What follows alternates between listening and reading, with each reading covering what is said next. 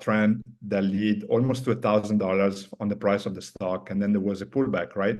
So if we look at that from a simple technical analysis point of view, we have a pullback, there's a consolidation around the support level, and our RSI is below 30, so that could suggest basically a long trade, right? A lot of us would probably have done that, but the market kind of like goes down and breaks, and we would have lost on that trade.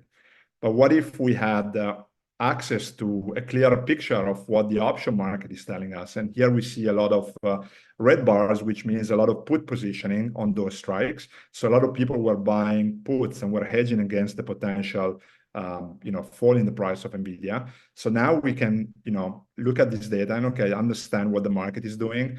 And then what if you could then plot that data into your chart? So the same chart that we saw before now has an additional layer of protection, right? So you have the information coming from the option market that is now overlaid with your indicators. So here we see like our put support, which is this reaction zone that typically stops the price from going lower and provides us with a good opportunity for a potential reversal trade.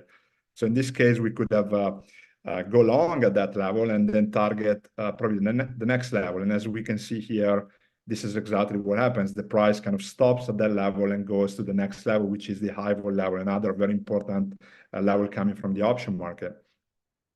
So what if I actually wanted to keep trading NVIDIA and actually stay in the position, right? So the next day I could have added the new levels. So we update those daily, and we are working on intraday data, which is going to come in the next 2 months. Where you can then understand how the positioning have changed over time at the end of the day, and then reposition yourself for the next day. So in this case, you want to belong still on the trade, and you can target the next kind of level, which is our core resistance and one-day max level for the day. So as we can see, we see a strong momentum to the upside. The market breaks those levels and gets to the one-day max level, which is really a volatility measure that will tell you how far can the stock go for the day. And then we're going to show you some back testing as well on that level. But essentially, when you're here, then now what do you do, right? Do you keep going?